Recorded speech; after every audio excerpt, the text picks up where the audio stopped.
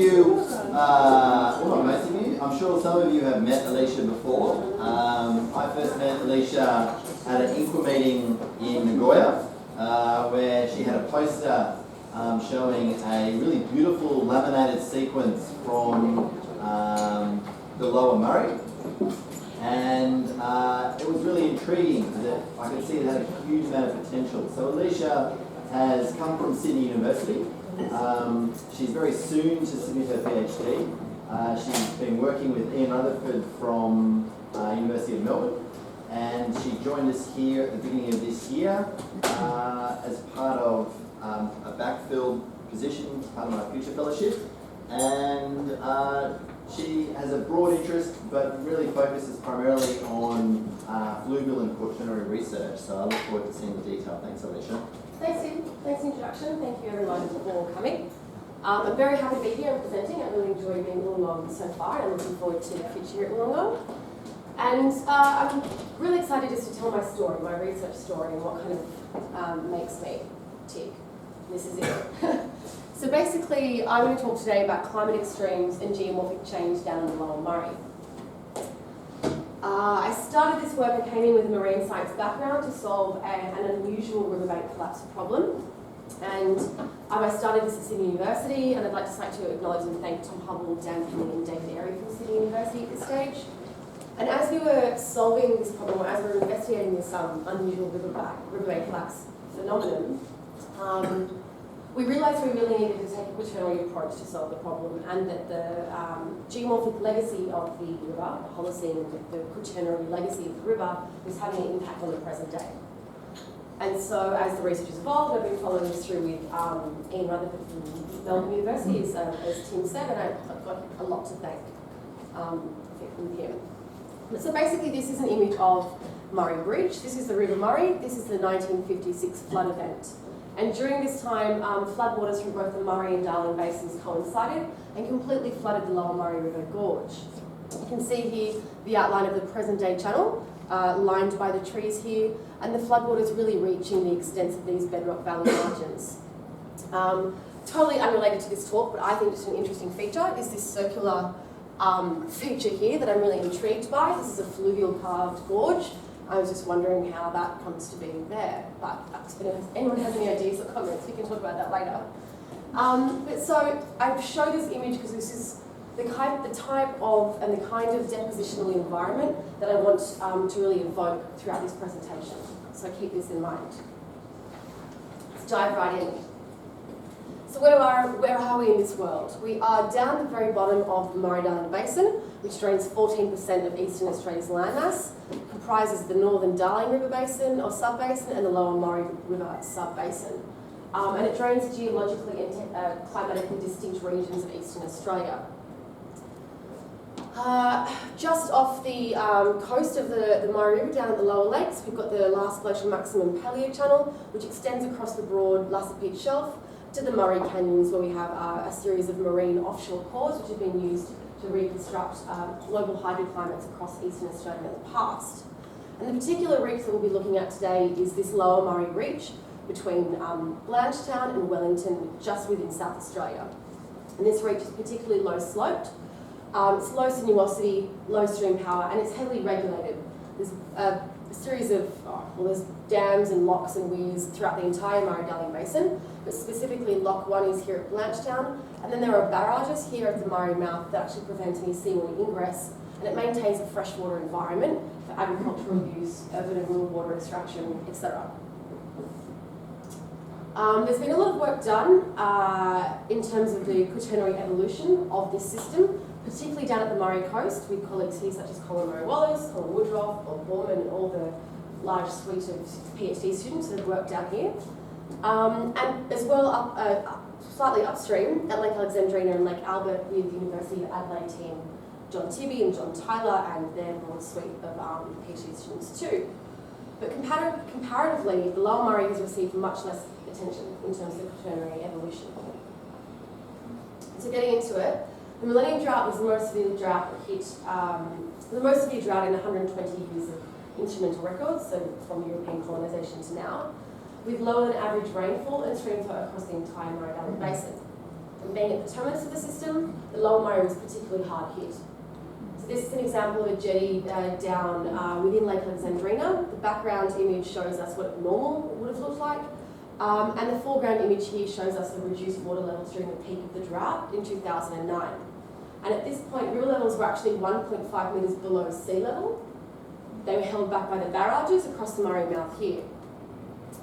Prior to barrage construction in the 30s and during previous low flows, such as the Federation drought, seawater would actually ingress quite far upstream, so much so that we'd have pygmy whales during the Federation drought living around Taylor Bend, about 80 k's up from the Murray mouth, and marine fish such as bream anecdotally caught up at Manning.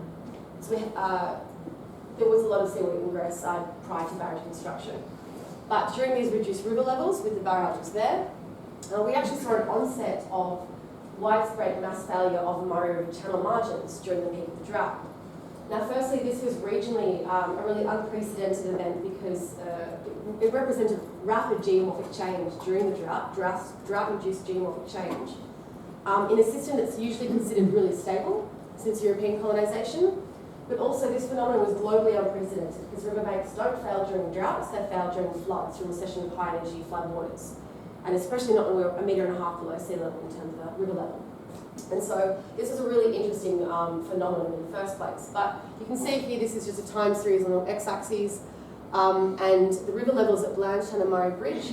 And as we dropped below, we're 1.8 metres below the normal operating range here.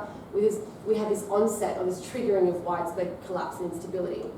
So the collapses are in triangles, instability in circles, and you can see them distributed here along the Lower Murray Reach, about a 200-kilometre reach. Over 100 cases of collapse and instability were reported, concentrated within this 80k margin between Manning and Wellington, and they pose a significant challenge to economic and social assets along the Murray. For example, the largest failure that occurred was at Long Island Marina, just south of Murray Bridge.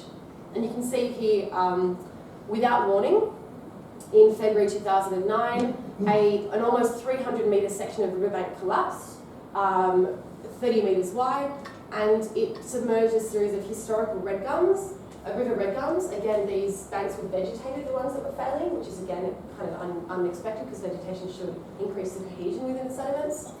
And it also submerged 3 cars, which weren't found within the failure debris. So it was near fatalities, and as you can see, these failures represent significant a challenge in terms of management strategies during future low flows, and are a significant threat to the social and economic assets with near catastrophic consequences.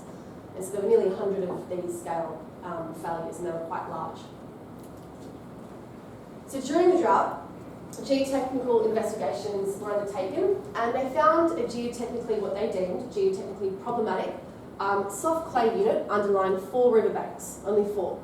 It was between 1 to 20 metres below ground level, about 10 to 20 metres thick usually, and they deemed it instrumental in contributing to failure in terms of the physical and mechanical properties. They said during periods of low river level, it should be assumed that riverbanks could collapse, or it could occur where underlain by this soft clay unit. The regional extent of this soft clay unit along the Murray between Blanchetown and Wellington, and specifically Manning and Wellington, is unknown and not well understood. So, the objective of our initial investigation heading down to the Murray was to determine the regional extent of this geotechnically problematic soft clay unit and therefore constrain riverbank collapse hazard to inform management strategies. And this really blends the intersection between engineering, geology and quaternary science. And there's a strong relationship in the Northern Hemisphere where quaternary scientists will often help engineers around glacial and periglacial deposits specifically, help them to map the spatial distribution and extent of geotechnically problematic units. This approach is less well recognised, or this relationship is less well established in Australia and in the Southern Hemisphere. So the approach was simply just to, through subsurface investigation, map the extent of this of the unit and place this against a quaternary framework and conceptual models for wave-dominated estuaries and incised valley systems. So the response of coastal valleys to post-glacial sea level rise is well documented around Australian estuaries, although it varies, it highly varies, due to different localised and regional effects of sea level histories, antecedent controls, coastal zone gradients, sediment flux from catchment. But we have a specific conceptual model that we can use. And at the marine fluvial interface, we have a zonation of environments and contrasting energy gradients, and sediment sources that are either marine or river or fluvial process dominated, with a mixed energy zone in the middle. And these zones lead to diagnostic sedimentary facies. As we can see, we have marine flood tide delta barrier complex influenced by waves and tides, marine sands. The fluvial channel influenced by fluvial processes of discharge and alluvial floodplain sediments.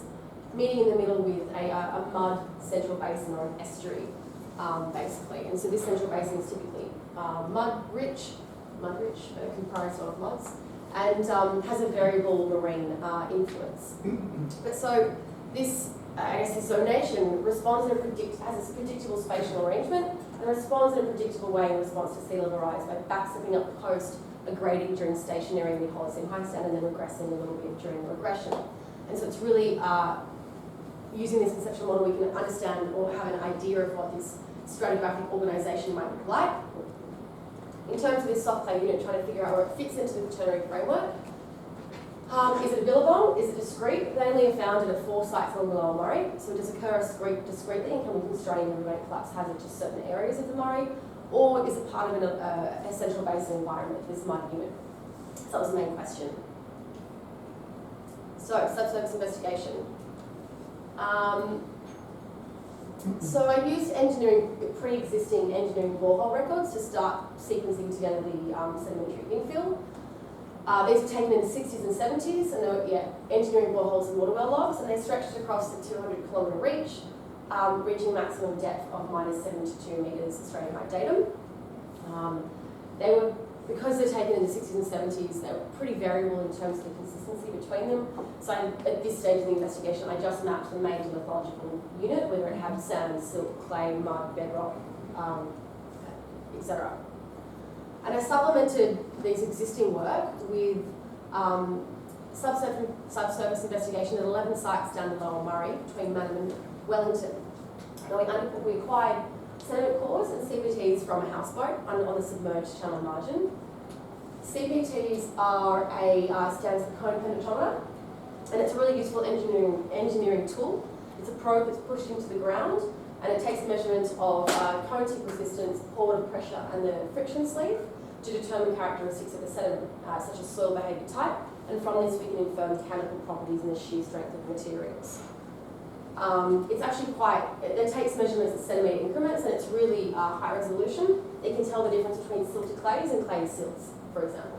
So it's a really useful tool, and it often penetrates quite far into the sediment, in soft sediments, and is really useful to help calibrate the sediment cores that we acquire, the sediment cores are used to calibrate the CPT, what we find in the CPT, what the measurements show us. But also, we might find that we have a fine-grained environment from the CPTs, but the sediment cores will give us an indication on the kind of depositional processes we might have preserved in bedding structures within these cores.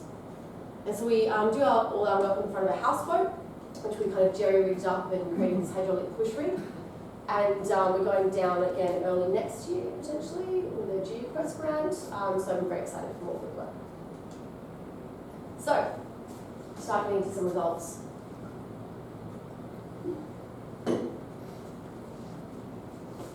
So, the results of the government records. We have a longitudinal profile here from across the y-axis from Blanchetown all the way to Wellington, y-axis being depth. And within the logs, we identify 4 major lithologies. The lower valley field here is Pleistocene monomer unit with sands, fluvial sands and gravels described as, and the upper valley field, which I'll focus on, was described as fluvial clays and silts. And this was ubiquitous between all logs across this 200-kilometre reach, regionally, and also stratigraphically with depth, in terms of the homogeneity or the consistency of this mud unit that we saw. At this stage, it's looking like, based on the stratigraphic principles, like we've got a central basin environment, not discrete set of billabongs, the marginal embankments and all. The unit increases in thickness downstream, and this is related to, the Holocene conventional unit up the top here, within which the present-day river has incised, and the riverbanks are comprised of that sediment. And so if we focus on the reach between Manor and Wellington, just to increase the density and obviously update the data with some modern work, you can see here the position, or the stratigraphic position of the CPTs that we acquired within the Upper Valley Field profile. And again, so we have a longitudinal profile between Madam and Wellington, 80 Ks, at a depth on the x-axis. CPTs identified, or they refused, sorry, on this lower valley field, the coarser monomer unit, and they identified again that the upper valley field is comprised of, or confirmed that the upper valley field is comprised of fine-grained clay and silt mixtures. You can even see a downstream fining trend that was identified or observed, just through the increasing of this dark grey to light grey unit throughout. And this is telling us the difference between clay silt to silty clay and clay to silty clay. So it's clays and silts are dominating this environment. And again, we interpret this with the downstream fining trend as well as a central basin environment throughout the Lower Murray. The sediment cores were really interesting because they gave us an indication of the type of depositional processes that might have been occurring within this environment. 3 main phases were identified, and here we have just 3 cores which correspond to the CPT sites at 11 sites in the Murray. And this is I guess, down the profile of the riverbank that we were sampling. Typically we found massively bedded fluvial sands with variable organics at the superficial top layer. Underlying that were bedded fluvial, bedded fluvial clay silts with trace of organics. But then intriguingly, below that and to great depth within this upper valley field sequence, over an 80k reach, we have laminated silts and clays. So this core here is RG2, River Glen to it's just south of Murray Bridge, and this is the full 1.8 metre sequence. And you can see the really nicely laminated bedding structures here.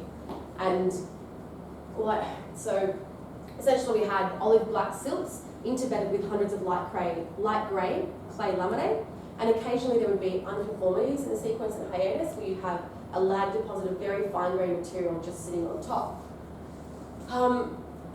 There was an absence of bioturbation, oxidation, petagenesis. The cores were void of organics, sponge spicules, diatoms. It's a pure detrital signature.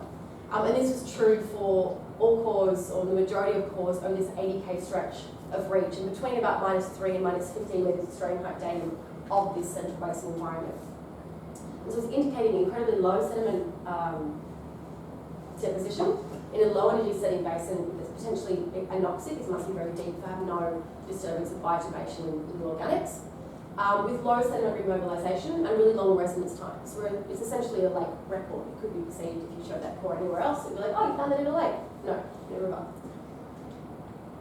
We built a chronology based on 2 cores, one at Manham upstream and one at River Glen. This is that River Glen 2 core.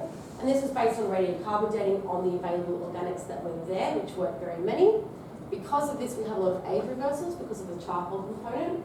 I would have loved to do an OSL, but we split this course thinking they'd be used for riverbank collapse purposes, so expose them to light before they could be OSL dated, which is a shame. But we essentially capture sedimentation within about 3.5 and 7,500 years, so from the mid to late Holocene. And this is just the top of the laminated sequence. We know it continues to depth, so presumably the muds at least, or the laminations, continue to depth into the early Holocene. The East Front Road core at Madden preserves 3 stages of deposition in mid-Holocene, late Holocene and modern, and shows a change in the the depositional regime and character throughout that time, from laminated silts and clays to massively bedded sediments to massively bedded sands. And you can see the numerous hiatus that occurred within this sequence here. And they were just identified visually, at least at this stage. You might kind of just see one here through unconformities in the sequence and through grain size analysis of the coarse units on top. We might have, so here's a discontinuous record at this stage. These coarse units that extremely high energy events that are coming through the system, eroding the very basal fine-grained silts and clays and depositing a lagged deposit on top. It's dodgy, but because of all these age reversals, but we can potentially infer a 1.5 metre period of sedimentation over a 1,000-year period, but I don't think that's very reasonable, and I don't remember why I included it here, so we'll move on. I don't know, I think it's just that we have a particularly low sedimentation rate if this is to be believed, but it's not to be believed. And it would be interesting, as well, we don't have if these deposits are accumulating during floods, it's not a continuous amount of sediment accumulation. It's occurring discrete peaks from flood frequency during high frequency floods, not continuously at the same steady rate all at the same time. So we've established that we have a central basin environment between Blanchetown and Wellington, 200 kilometre stretch of the Murray, and that at least between 80 k's between Manham and Wellington is laminated for the top 10 metres at least of sediment, and it's mid to late Holocene in age. What kind of environment would we think about when we, what would this environment look like? And this is where the 1956 flood represents a really nice, useful modern analogue. It's a completely submerged environment. This is about 250 k's up from the Murray mouth and 100 k's from Murray mouth. And you can see during the 1956 flood, at this stage, both the barrages at the Murray mouth are completely open to seawater ingress, and due to the static water beyond the shoreline, the floodwaters backed up and created a backwater fluvial environment, which would mimic what we might see for a central basin setting. And you can see the present day channel. Up at Swan Reach, the floodwaters were about 8 metres high, really high, and at Swan Port about 3 metres high. You can see the floodwaters really hitting the edges of these bedrock valley margins here.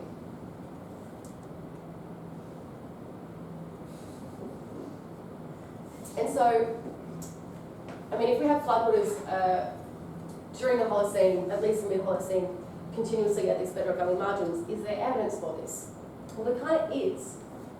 So these are the limestone cliffs of the Murray Gorge upstream of Manham, and we get these continuous longitudinal striations or undercut notches that have been dissolved into, or eroded, sorry, into the limestone Murray cliffs here. Potentially, these hint at the height of a high stand water body or of a central basin environment water body that's submerged and depositing this fine-grained mud material. The first notch is about 5 metres and the second notch is about 5 metres too. The first notch is much more further indented, and I was thinking one night, how do we get, in terms of again like another analogue to understand if we have this high stand water body there for a long period of time, does the length of time increase the undercut of the notches? Well, whiskey and ice really is used analog for this here. So again, it works with both cheap whiskey and expensive whiskey, mind you.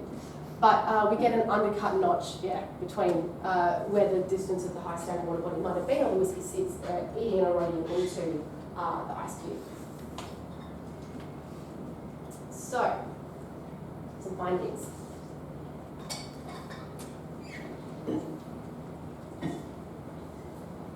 So from the results of our subsurface investigation, we can see that the River Murray has incised into the upper valley fill unit, which is characterised by soft, fine-grained clays and silts, and it is massively bedded to laminated in its sequence.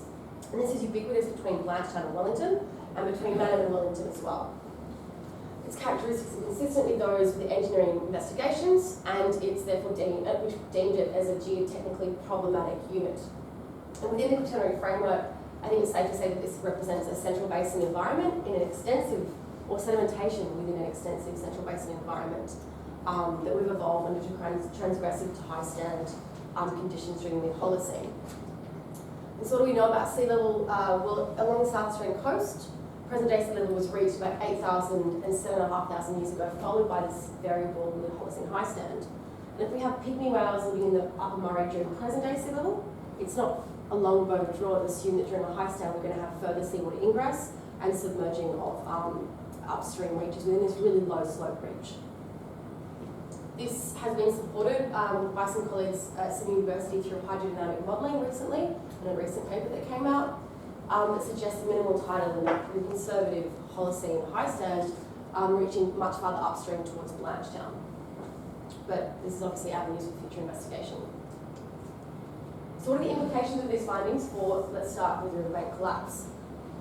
We know this geotechnically problematic unit exists between Blanchetown and Wellington, and it represents a spatially extensive challenge and management hazard, and a challenge for management of the hazard during future low flows, as it's assumed that riverbanks could collapse where underlain by this soft clay unit. The risk is not well constrained, and the question remains, why did some banks fail over others if all are underlain by this soft clay unit? And this I have have done a subsequent investigation on, which is not included or talked about here, but it's basically got to do with antecedent controls in the Murray and able to constrain at least certain areas based around bedrock control margins where failures were more concentrated and therefore more susceptible to failure, all underlain by the same unit though during future low flows. So unfortunately, future drought is a real, not a perceived risk. It's going to happen. We're in a drought. And significantly longer and more frequent dry periods have been recorded in paleo records. And obviously we need to constrain this risk in terms of climate change, or in the face of climate change and increasing aridity and variability, or whatever's happening. And this is where it gets interesting. The current management strategies within the basin plan are a bit contentious, or they're difficult. So within the basin plan, it's stated that river levels between Blanchetown and Wellington are to be maintained above 0.4 for 95% of the time, where normal or where practical, and the normal operating range is 0.75. And above 0 metres Australian height data all of the time to prevent further riverbank collapse. So we need to maintain river levels to prevent collapse. This is where we are.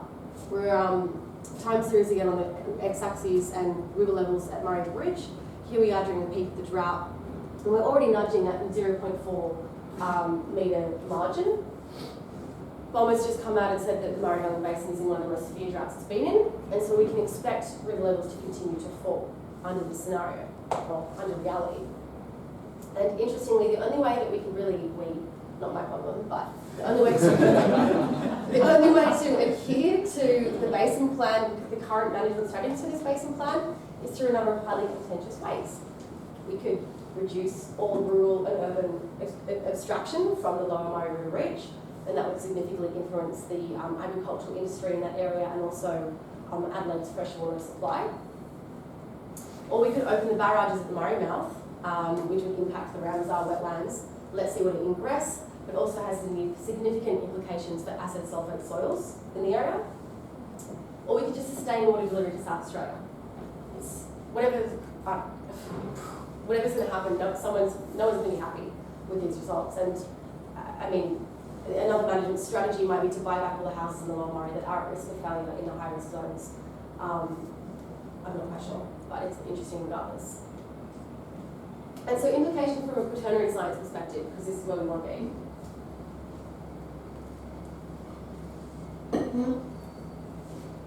So the findings presented here, and the existence of this central basin provides new perspectives on the geomorphic evolution of the Lower Murray during the Holocene, and particularly in response to Holocene sea level rise. And it suggests that actual fluvial incision and development of the present-day planform is a relatively recent geological event, potentially associated with Holocene repression. That means future investigation.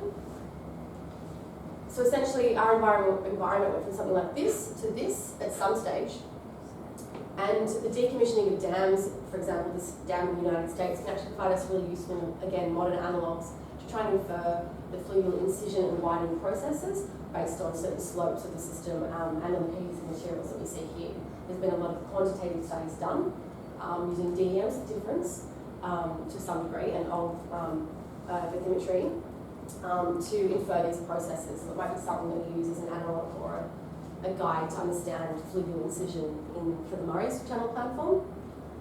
But also this environmental change, this represents massive environmental change, and this is going to have an impact on human-environment interactions during the time, in terms of occupation sites as well along the Lower Murray, and whether it's recorded in Indigenous Dreamtime stories or not, I'm not sure, I haven't dug there. But this is certainly an avenue that I'd like to go down in terms of exploring the impact of an environmental transformation like this on human occupation of the area or archaeological sites that are preserved there. Now, crucially, if we have a central basin onshore preserved within the Lower Murray for 200 kilometres, let's just say, we have a sink, a depot centre sequestering sediment from the Murray Island Basin and muting the offshore signal and the sediment cascade pathway, disrupting the longitudinal linkage of sediment from source to sink. And that's going to have implications for this offshore Murray Canyon course. The laminated sequence itself, which is what I really wanted to talk about, but I decided I'm not going to get there in terms of today. I'll touch again another time, but it's preserving again sediments from the Murray Island Basin in this laminated sequence through time, and that's the story for another time. So, just for the rest of the remainder of my talk, I'm going to what do we know about the geomorphic evolution of the system? To suggest that the Murray River Central Basin is quite outrageous, but that's just what the sediments are kind of telling me. And so I'd like to place this in the context of, or provide a hypothesis for the evolution of this system and place it in the context of existing literature. Bear with me. But post-glacial sea level rise rose rapidly along the South Australian coast from about 10,000 to 6,500 years, followed by this variable Holocene high stand and then regression. We would have seen a landward progression of central basin and of the fluvial marine environments up the Lassipede Shelf, and even within the Paleochannel preserved underneath Lake Alexandrina, there is evidence of cores with laminations, mud-based laminations in the sequence. So it's safe to say this environments are backstepping up the marine fluvial interface. And an abrupt jump in early Holocene sea level at around 8,500 years, 8.2, in response to meltwater pulse 1, was recorded globally in rivers worldwide as accelerated backstepping, rapid aggradation, and complete infilling of these inside valley systems. In the context of Australia and the Murray, along the Pleistocene to Holocene transition, we had a decrease or a transition from laterally active bed load rivers to more suspended load channel, so we've changed the fluvial character. And for the basin as well, we actually have quite low basin sediment yield delivery to the actual mouth in terms of export. It's one of a basin of net distribution or redistribution as opposed to export at the mouth. And so in this context, the current working hypothesis I have is that essentially sea level rise just outpaced fluvial aggradation at the time as it's coming upstream in a low slope ridge. It's creating a vast accommodation space preserved by the Murray Gorge faster than can be infilled by Murray Island Basin sediment delivery. And so we have this evolution of the central basin environment preserving Murray Island Basin sediments onshore. The lower Murray River in this context is acting as a sink onshore for sediments, and it's muting this sediment pathway, or it's acting as a barrier, impeding the connectivity offshore during this time, or at least during Holocene sea level rise, is my argument. And so in terms of offshore sediment flux to the Murray Canyon cores here, sediment flux from rivers to oceans is often used to reconstruct global fluvial regimes and by proxy hydroclimates over land masses.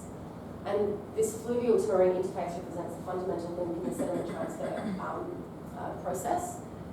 And it also assumes quite often uninterrupted connectivity of this sediment cascade through time, and overlooks geomorphic processes that might be occurring at the marine fluvial interface.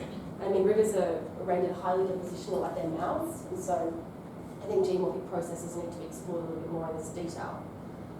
So the Murray Canyon cores here have been used as a proxy for basin discharge and for Eastern Australia's hydroclimatic variability. They're highly cited and have high impact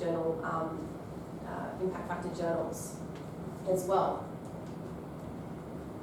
So this is a record from one of these papers. We have age on the x-axis here, and the terrigenous sediment flux or fluvial sediment flux on the y-axis here. And you can see a decline from the late Pleistocene through the Holocene, through the late Holocene here in fluvial sediment reaching these offshore Murray Canyon cores. And previously this had been attributed to increasing aridity in Australia, which is fine, it works. But in the context of, in light of the current findings here, and if we put this in context of hydroclimate, the early Holocene was characterised as warm and wet, with enhanced fluvial discharge to a certain degree, and yet we still see this decrease in this offshore sediment flux record before we get into any aridity. In regards to post-glacial sea level rise, at this time we have the development of our central basin environment, and we can see that at least inferred from the current ages we have from our sediment cores, which need tighter age constraints, but at least we know we're working within a late Holocene and a mid-Holocene environment. And I would argue that this record isn't solely an indication of increasing aridity over Eastern Australia, but also of sediment being trapped onshore and of geomorphic processes in the system as well. Now, quite nicely, the record preserved onshore and the laminations preserved onshore actually complements the absence of this offshore record really nicely, because this is going to be really high resolution compared to what we might have had, or what is represented here. So I won't go here, but I do want to discuss why we should care about the Murray Island Basin Paleoflight archive or record. And basically, climate extremes in Australia cost Australia a lot of money. and there's been a recent push in terms of infrastructure resilience and preparedness, and a push behind this from the scientific community to develop long-term paleo records. For example, the Big Floods project that people here have been involved in, and Victorian Big Drip project from Melbourne University, both DPs. Climate extremes such as the drought cost the federal government $4 billion in drought assistance, and this was followed by the group, in part alleviated by the devastating Brisbane floods, again that Tim has worked on, which cost $1.5 billion in property damage and 36 deaths alone. And floods do represent the most costly natural disaster in Australia, with an average annual economic cost of the past decade of $8 billion. And so we have this need for longer-term multi-millennial records of hydroclimatic variability that capture what's happening in the Murray Basin and Eastern Australia as a whole. And so I think this laminated sequence at the bottom of the Murray, which I want to go back down and explore in greater detail, might be a really useful resource to draw out flood-dominated regimes and drought-dominated regimes potentially, and work towards increasing the hydroclimatic variability that we know for Eastern Australia and for the basin for management purposes. So to summarise, key findings of this climate extremes and the geomorphic change we see on the River Murray. Unprecedented riverbank collapse got us down there, and during the millennium drought caused rapid geomorphic change, and it was in part a consequence of the Murray's geomorphic legacy, which was deposited by paleofloods. There's significant implications under the current basin plan. The evolution of the Murray as a central basin provides new perspectives on this previously, a reach that has previously received much less attention in response to post-glacial sea level rise. The central basin sequesters sediments from the Murray Basin onshore and disrupts the sediment cascade pathway. It mutes the offshore signal to a degree, and so the offshore signal is not just an indication of aridity, but also geomorphic processes going on, and preserves the central basin environment, preserves a really nice multi-millennial paleoflood record for the Murray Basin, which sheds light on the behaviour of Eastern Australia's hydroclimatic variability and synoptic scale climate drivers over time. And hopefully, maybe one day I'll get there. Another presentation. Thank you.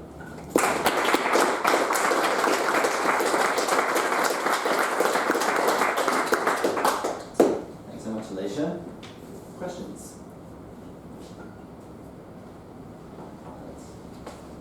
So obviously it'd be a great talk.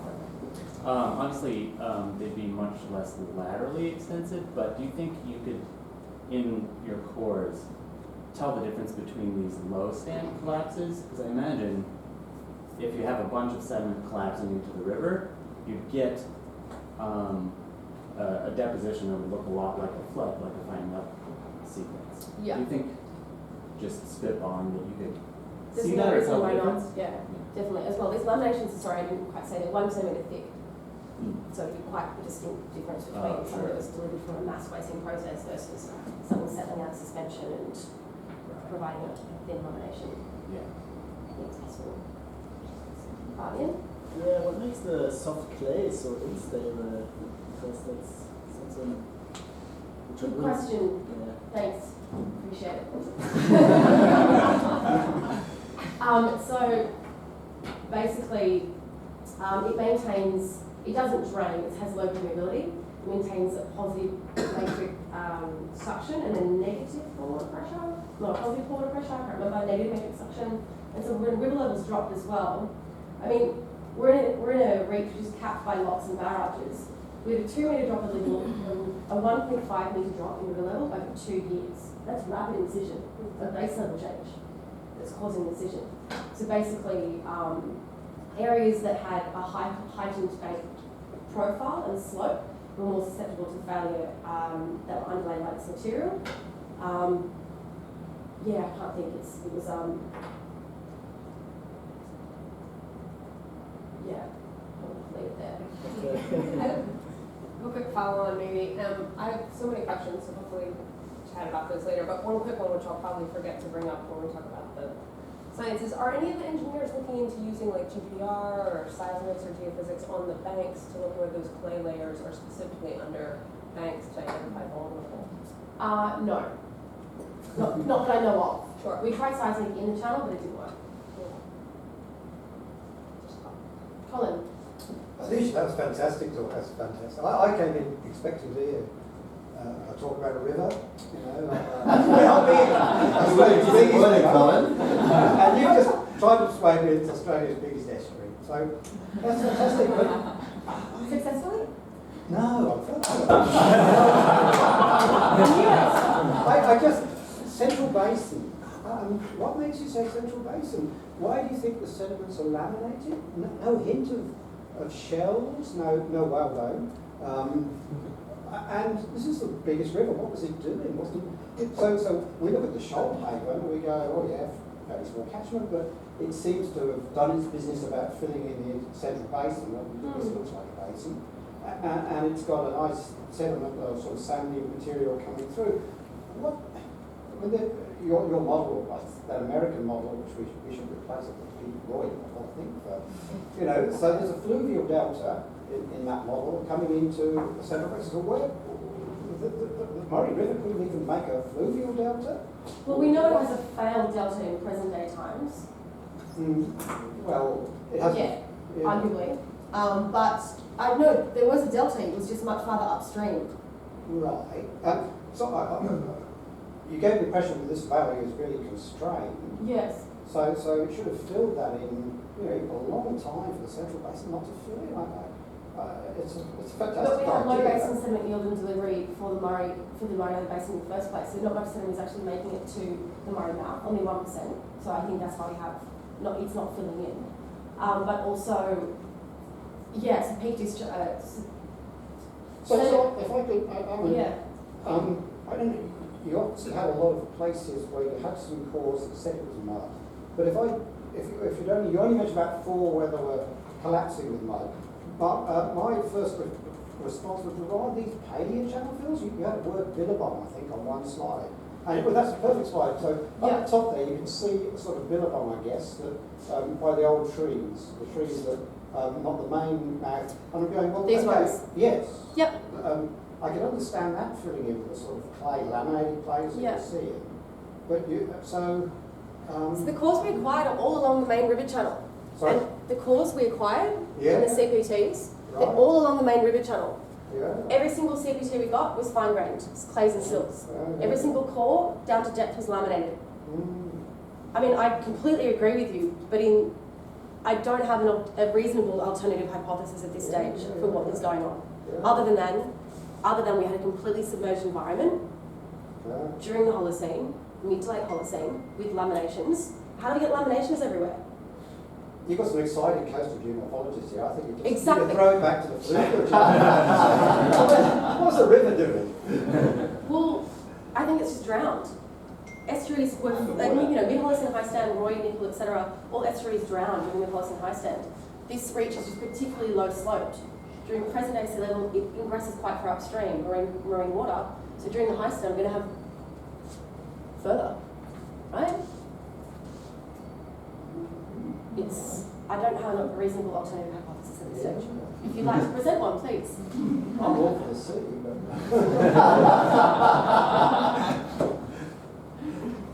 Yes. One of the interesting things which is coming out that in many large rivers, the sediment is going as much as going sideways as going down. From your slides, do you see anything like that? From the cores? No, or just the pattern. You've got a wide floodplain when you fill it up. Yeah. Is the sediment matching something like the Amazon or some other river as much going downstream as going sideways? That's a great question, and that's something I don't know the answer to. In terms of the hydrogeomorphic processes, in terms of how the sediment is delivered, the laminations are 90% clay. I can't get them to flocculate in a lab in a beaker, to settle out of suspension with flocculant in a lab in a beaker.